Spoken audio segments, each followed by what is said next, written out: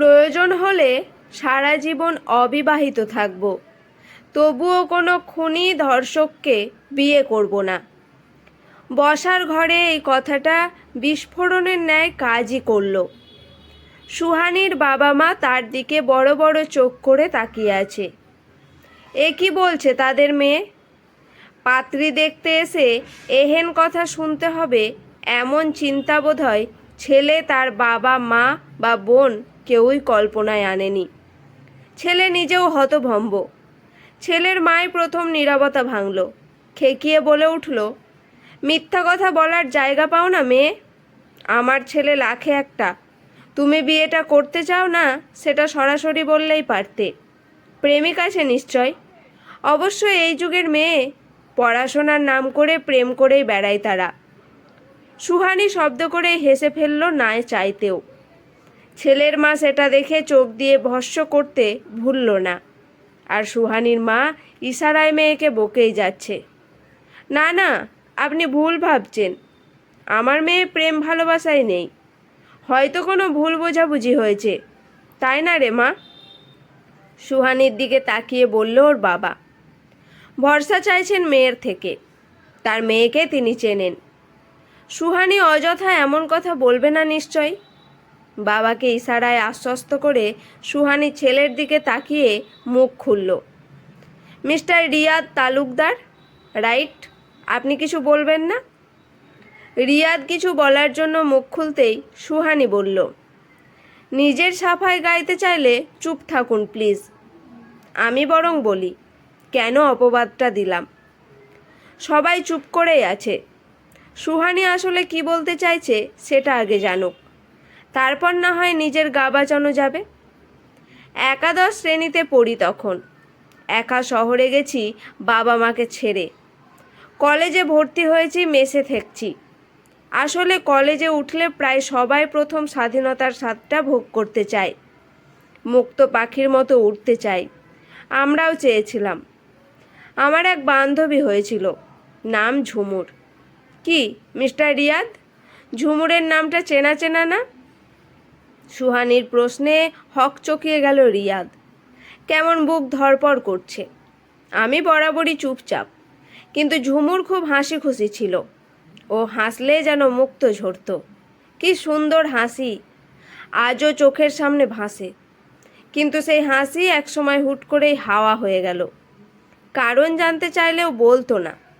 জানো বাবা, শেষ পর্যন্ত একটা ভীতুর মতো কাজ ঝুমুর করেছিল। কেন করেছিল শুনবে? এটুকু বলেই থামল সুহানি। গলা ভিজিয়ে নিল। শুকিয়ে আসছে গলাটা। কতদিন পর অতীতে ডুব দিল সে। সবার চোখে মুখেই বিস্ময় খেলা করছে। শুধু একজনের শরীর বেয়ে ঘাম ঝরছে। অজানা আশঙ্কায় কেঁপে উঠছে। একদিন আমাকে সে তার ডায়েরি দিল। সেই যে দিল আর ফেরত নিল না। আসলে নেওয়ার জন্য সে মেয়েটাই আর থাকলো না। চোখের পানি মুছে ফের বলতে লাগলো সুহানি। ঝুমুর মেসে থাকতো না। ওর বাসা থেকে কলেজ 20 মিনিটের রাস্তা ছিল। মাঝে একটা ব্রিজ পার হয়ে আসতে হতো।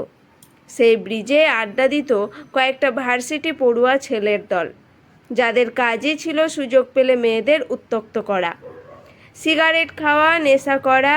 সেই দলের একজন ঝুমুরকে পছন্দ করে ফেলে, প্রেমের প্রস্তাব দেয়। ঝুমুর নাকচ করলে সেটা মানতে পারেনি ছেলেটি। তারপর থেকে শুরু হয় মেয়েটির দুর্বিষহ জীবন। কলেজ যাওয়া আসার পথে বিশ্রী কথা বলা, বাজে ইঙ্গিত দেওয়া, গায়ে হাত দিতে চাওয়া, ওড়না ধরে টানাটানি করা। ঝুমুরের বড্ড ইমোশনাল ছিল। জানো মা, যাকে বলে ইমোশনাল ফুল। এই কথাগুলো ও একটাবার আমাকে জানাতে পারত, ওর বাবা মাকে বলতে পারত। কিন্তু না, সে এসব থেকে বাঁচতে হারাম পথটাই বেছে নিল। রিয়াদের বোন ভাঙা গলা আচমকায় বলে উঠল, সুইসাইড করেছিল আপুটা? কারণটা খুব বেশি বড় না, কিন্তু ওর জন্য হয়তো ছিল। মিস্টার রিয়াদ, চিনতেন আপনি ছেলেটাকে? আমতা আমতা করতে লাগলো রিয়াদ। কথা বের হচ্ছে না গলা দিয়ে। তার এহেন অবস্থা দেখে ঝাঁপসা চোখেও হেসে ফেলল সুহানি। ঝুমুর আপনাকে ভালোবাসতো মিস্টার রিয়াদ। পরিবারের ভয়ে হ্যাঁ বলতে পারেনি, তবুও কয়েকদিন পর হয়তো বলেই দিত, কিন্তু আপনি সেটা হতে দিলেনই না। ভালোবাসার মানুষের থেকে এমন আচরণ সে মানতে পারেনি। তার পশুত্ব দেখে ঘৃণা জমে গেছিল ভালোবাসার ওপর। ভাবছেন আমি কিভাবে জানলাম, তাই তো? আপনি প্রপোজ করার আগেই ঝুমুর আমাকে দেখিয়েছিল তার রিয়াদ ভাইকে, আর ডায়েরিতেও আপনার ছবি ছিল। ওইখানেই আছে আপনার প্রতি অনুভূতিগুলো, আপনার করা পশুত্বের পর্যায়ে আচরণগুলো সবই লেখা আছে ডায়েরিতে, এখনও জীবন্ত যেন। ঝুমুরের সুইসাইডের পর আমি গেছিলাম আপনার সম্পর্কে খোঁজ নিতে, কিন্তু আপনি ততদিনে চলে গেছিলেন অন্য কোথাও। এসব কথা ঝুমুর পুলিশকে জানাতেও মানা করে গেছিল। শুনবেন কারণটা? ভালোবাসার মানুষটার অসম্মান হবে ভেবে। এবার কেমন পাগলের মতো হেসে উঠল সুহানি। তার প্রিয় বান্ধবী রমন মৃত্যু সে আজও মানতে পারেনি। রিয়াদের দিকে তাকিয়ে দেখল সেখানে অপরাধবোধ ফুটে উঠেছে। কিন্তু এখন অনুতপ্ত হয়ে কি হবে? মানুষটাই আর নেই। ধপ করে বসে পড়ল রিয়াদ। সেও খুব পছন্দ করত ঝুমুরকে, কিন্তু বন্ধু আর বড় ভাইদের পাল্লায় পড়ে প্রেয়সীর সাথে কত নোংরা আচরণই না করেছে। তার জন্যই মরে গেছে মেয়েটা। সুহানি ঝুমুরের ডায়েরিটাও দেখালো সবাইকে। রিয়াদের গর্বিত বাবা মার মুখ কালো হয়ে গেছে। ছেলের কৃতকর্মের কথা শুনে লজ্জায় মাথা হেঁট হয়ে আছে।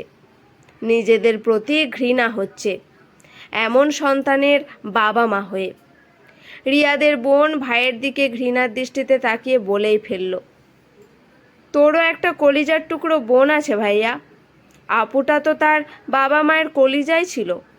আমার সাথে এমন হলে পারবি তো মানতে? ফুপিয়ে কেঁদে ফেলল রিয়াদের বোন।